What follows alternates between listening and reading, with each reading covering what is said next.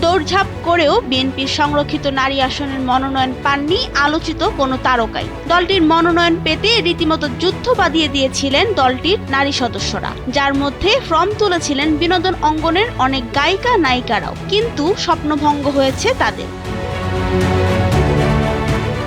কনক চাপা, বেবি নাজনীন, রিজিয়া পারভিন, রিনা খান, মেঘনা আলমের মতো বেশ কয়েকজন মনোনয়ন ফর্ম তোলার পর আলোচনার জন্ম দিয়েছিলেন। যেমন কনক চাপা, এই শিল্পী বিএনপির সঙ্গে যুক্ত ছিলেন বহু বছর, নিজের ক্যারিয়ারেও তার এই সমর্থন প্রভাব ফেলেছিল। তাই এই মনোনয়ন না পাওয়া নিয়ে কেমন প্রতিক্রিয়া দেখাবেন তাই দেখার বিষয়। কিংবা বেবি নাজনীন, দেশ ছাড়াই হতে হয়েছিল এই সঙ্গীত শিল্পীকে।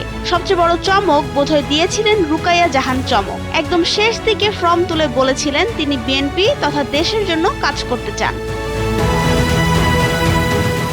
20 এপ্রিল দুপুরে নয়াপল্টনে দলের কেন্দ্রীয় কার্যালয়ে ত্রয়োদশ জাতীয় সংসদ নির্বাচনের সংরক্ষিত নারী আসনের 36 জনের তালিকা প্রকাশ করেছে বিএনপি। তাদের নাম ঘোষণা করেন দলের সিনিয়র যুগ্ম মহাসচিব রুহুল কবির রিজভী।